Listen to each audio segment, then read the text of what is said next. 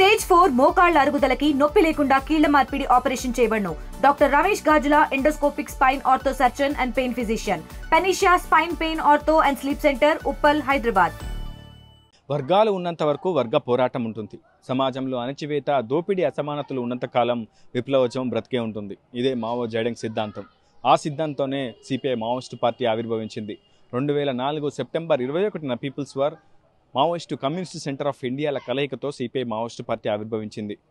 2004లో ఆనాటి ప్రభుత్వంతో చర్చల తదనంతరం తీవ్రమైనటువంటి నిర్బంధం ఎదుర్కొన్నటువంటి CPI Maoist party Maoist Communist Centre of ఇండియాతో చర్చలు జరిపి పీపుల్స్ వార్, ఎంసీసీఐ కలయికతోనే సిపిఐ మావోయిస్టు పార్టీ ఆవిర్భవించింది.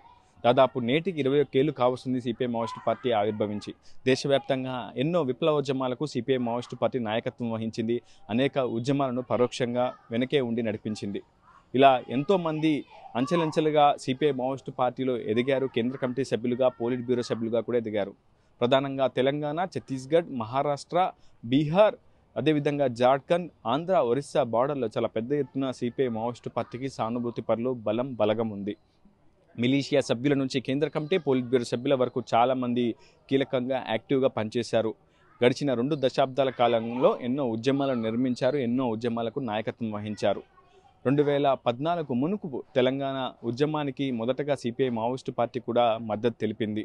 2014 తదనంతరం సిపిఐ మావోయిస్టు పార్టీ తెలంగాణను ఒక సేఫ్ జోన్గా మలుచుకోవాలని కూడా ఎన్నో ప్రయత్నాలు, ఆలోచనలు, ప్రణాళికలు సిద్ధం చేసుకుంది. కానీ అందుకు సత్ఫలితాలు లభించలేదు. తెలంగాణ రాష్ట్రం సిద్ధించిన తర్వాత కూడా మావోయిస్టు పార్టీ కార్యకలాపాలకు, ఆ పార్టీ సానుభూతి పరులకు చాలా పెద్ద ఎత్తున నిర్బంధం విధిస్తూ అక్కడ ఉన్నటువంటి ప్రభుత్వం చాలా నిర్బంధాన్ని విధిస్తూ ఉక్కుపాదం కూడా మోపింది. ఆ తర్వాత ఛత్తీస్గఢ్, బస్తర్ కేంద్రంగానే చాలా పెద్ద ఎత్తున మావోయిస్టు పార్టీ తన కార్యకలాపాలను వేగవంతం చేశాయి. జనతా సర్కార్ సమాంతర పాలనను కూడా ఛత్తీస్గఢ్లోనే అమల్లోకి తీసుకొచ్చాయి. అయితే ఎప్పుడైతే బీజేపీ అధికారంలోకి వచ్చిందో అటు కేంద్రంలోనూ ఛత్తీస్గఢ్లోనూ మావోయిస్టులకు తీవ్రమైనటువంటి ఇబ్బందులు ఎదురయ్యాయి. వరుస ఎన్కౌంటర్లలో మావోయిస్టు పార్టీ సహచరులు, అదేవిధంగా అగ్రనేతలు కూడా మట్టుబెట్టాయి భద్రతా బలగాలు. చాలా పెద్ద ఎత్తున జరిగినటువంటి ఎన్కౌంటర్లు, ఆపరేషన్లు దాదాపు 100ల సంఖ్యలో మావోయిస్టుల వైపు నష్టం జరిగింది. ఒకవైపు భద్రతా బలగాల వైపు కూడా నష్టం జరిగినప్పటికీ దానికి 100 రెట్ల స్థాయిలోనే మావోయిస్టు పార్టీ తన సహచరులను కోల్పోయినటువంటి పరిస్థితి గతంలో చూసినాం.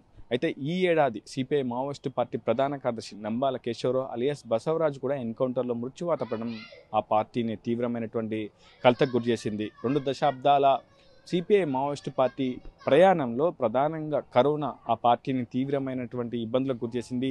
పార్టీ వెన్నుముకనే కూడా విరిచేసిందని చెప్పుకోవాలి.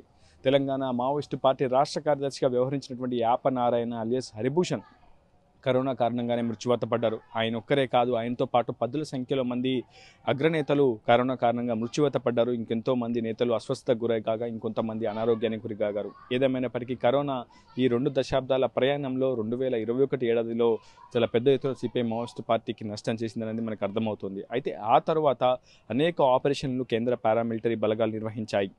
రాష్ట్ర సాయుధ దళాలతో పాటు రాష్ట్ర ప్రభుత్వం యొక్క బలగాలు, అదేవిధంగా కేంద్ర పారామిలిటరీ బలగాలు సంయుక్తంగా చేసినటువంటి అనేక ఆపరేషన్లో 100ల మంది మావోయిస్టులు మృత్యువాత పడ్డారు.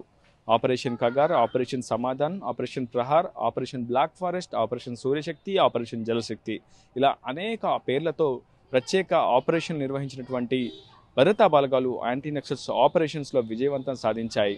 సిపిఐ మావోయిస్టు పార్టీ ప్రధాన కార్యదర్శి నంబాల కేశవరావుతో పాటు ఆ పార్టీకి సంబంధించినటువంటి సిద్ధాంత వ్యూహకర్తలు, మిలిటరీ సాయుధ అగ్రనేతలు ప్రధానంగా వివేక్ కావచ్చు, మొడెం బాలకృష్ణ, గాజర్ల రవి, ఇలా చలపతి, తెంటు లక్ష్మీ నరసింహాచలం వంటి అనేక మంది నేతలను భద్రతా బలగాలు మట్టుబెట్టేశాయి. ఆ పార్టీలో ప్రస్తుతం తీవ్రమైనటువంటి అలజడి, ఆందోళన నంబాల మృతి తర్వాత నెలకొంది. క్యాడర్ కూడా తీవ్రమైనటువంటి మనోవేదనకు, ఆత్మస్థైర్యాన్ని కూడా కోల్పోయినటువంటి పరిస్థితి కనిపిస్తుంది. ఈ నేపథ్యంలో కేంద్ర హోంశాఖ మంత్రి అమిత్ షా ఇచ్చినటువంటి 2026 మార్చి 31 డెడ్లైన్ టార్గెట్ కానీ భద్రతా బలగాలు దూకుడుగా జరడపడుతున్నాయి దండకారణ్యంలో సమాంతర పాలనను చెదరగొట్టి అక్కడ భారతీయ జాతీయ జెండాను కూడా నిలబెట్టేందుకు ప్రయత్నం చేస్తున్నాయి. మావోయిస్టు పార్టీ స్మారక స్తూపాలను ఎప్పటికప్పుడు విధ్వంసం చేస్తూ, కూల్చివేస్తూ భద్రతా బలగాలు దూకుడుగా దండకారణ్యంలోకి చొచ్చుకు వెళ్తున్నాయి. మావోయిస్టుల ప్రధాన కేంద్రంగా ఉన్నటువంటి అబూజ్మర్తో పాటు ఇంద్రావతి నేషనల్ పార్క్ ఏరియా అటవీ ప్రాంతాన్ని స్వాధీనం చేసుకున్నాయి భద్రతా బలగాలు. ప్రధానంగా ఆపరేషన్ బ్లాక్ ఫారెస్ట్, ఆపరేషన్ కర్రికుట్ట తర్వాత దండకారణ్యంలోనూ మావోయిస్టు ప్రభావిత ప్రాంతాల్లో పరిస్థితి మారిపోయింది. మావోయిస్టులకు సేఫ్ జోన్ లేకుండా చేయడం, మావోయిస్టులను అణచివేయడం, వారి కార్యక్రమాలను నిర్మూలించేందుకు అత్యాధునిక సాంకేతిక పరిజ్ఞానాన్ని భద్రతా బలగాలు కేంద్ర హోంశాఖ వినియోగిస్తుంది. భూ ఉపరితలం నుంచి 1500 మీటర్ల ఎత్తులో డ్రోన్ల సహాయంతో అన్మాన్డ్ ఎయిర్ వెహికల్స్ కావచ్చు, ఇతరత్ర అనేక టెక్నాలజీని వినియోగించుకొని భద్రతా బలగాలు దూకుడుగా కూంబింగ్, సర్చింగ్, ఎన్కౌంటర్స్ నిర్వహిస్తున్నాయి. భద్రతా బలగాల వైపు కూడా కొంత నష్టం వాటిల్లినప్పటికీ మావోయిస్టుల వైపు జరుగుతున్న నష్టం మాత్రం ఊహించలేనిదని చెప్పుకోవాలి. కేవలం గడిచిన ఏడాదిలోనే సుమారు 400 మందికి పైగా మావోయిస్టులను భద్రతా బలగాలు మట్టుబెట్టగలిగాయి. దాదాపు 21 ఏళ్ల ఈ సిపిఐ మావోయిస్ట్ పార్టీ ప్రయాణంలో అనేక మలుపులు, అనేక ఉద్యమాలు, అనేక మధుర ఘట్టాలు కూడా ఉన్నాయని చెప్పుకోవాలి. అనేక ఉద్యమాలను ముందుంచి నడిపించడంలో సిపిఐ మావోయిస్టు పార్టీ సఫలీకృతమైంది. కొన్ని అంశాలను ముందస్తుగానే ప్రభుత్వం పసిగట్టి పరిష్కరించేసింది. కానీ మొదటి నుంచి కూడా అసమానతలు, దోపిడీ, ఇలాంటి అణచివేతలు ఉన్నంత కాలం విప్లవోద్యమం బ్రతికే ఉంటుందన్నటువంటి ఒక నినాదాన్ని, వర్గాలు ఉన్నంత వరకు వర్గ పోరాటం ఉంటుందన్నటువంటి ఒక నినాదంతోనే సిపిఐ మావోయిస్టు పార్టీ దేశవ్యాప్తంగా విస్తృతంగా వ్యాపించింది. ఎక్కడైతే భూస్వాములు, పెత్తందారుల పోకడలు మించిపోతున్నాయి, అక్కడ ప్రధానంగా జెండా పాతడం, అక్కడ ఉన్నటువంటి బాధితులకు అండగా నిలవడంలో సిపిఐ మావోయిస్టు పార్టీ కొంత మొదట్లో ఫలించినప్పటికీ ఆ తర్వాత క్రమక్రమంగా ప్రజాస్వామ్యం మరింత విస్తృతం చేయడం, ప్రజాస్వామ్యంలో ఉన్నటువంటి పాలనను ప్రజలకు చేరువ చేయడంతో పరిస్థితి భిన్నంగా మారింది. కానీ ప్రస్తుతం సిపిఐ మావోయిస్టు పార్టీ కూడా తన కార్యక్రమాలను, తన కార్యకలాపాలను అప్డేట్ చేసుకుంటూ వస్తుంది.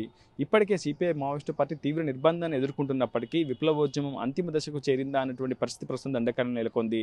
2026 మార్చి 31 గడువు సమీపిస్తుంది. మరొక 6 నెలలు మాత్రమే మావోయిస్టులకు గడువు పొంచి ఉంది. ఆ 6 నెలల్లోపు మావోయిస్టులు సరెండర్ అయ్యి జనజీవన శ్రవంతిలో కలవాలి, లేదంటే ఎన్కౌంటర్లో మృత్యువాత పడాలి అన్న చందంగానే ప్రస్తుతం భద్రతా బలగాలు వ్యవహరిస్తున్నటువంటి పరిస్థితి ఉంది.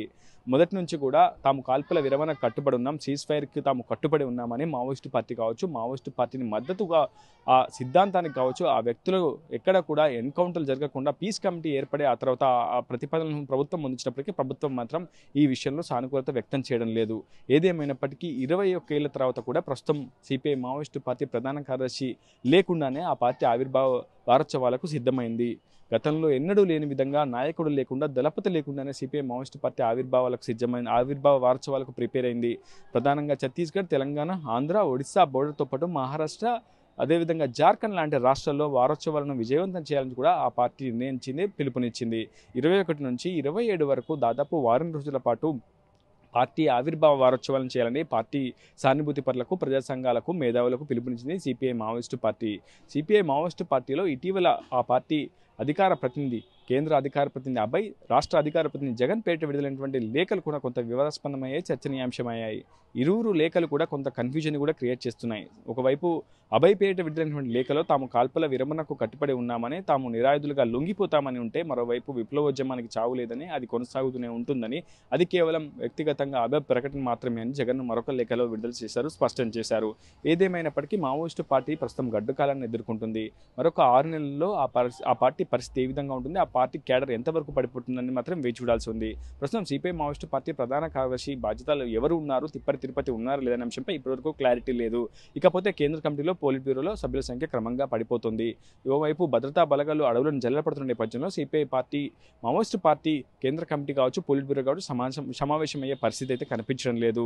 సిపిఐ మావోయిస్టు పార్టీ నాయకత్వాన్ని ఎవరు వహిస్తారు, విప్లవోద్యమాన్ని ప్రస్తుతం గడ్డు కాలం ఎదుర్కొన్నటువంటి పరిస్థితుల్లో, విపత్కర పరిస్థితుల్లో, కష్టతర పరిస్థితుల్లో ఎవరు భుజస్కంధాలపై మోస్తారని మాత్రం వేచి చూడాల్సి ఉంది.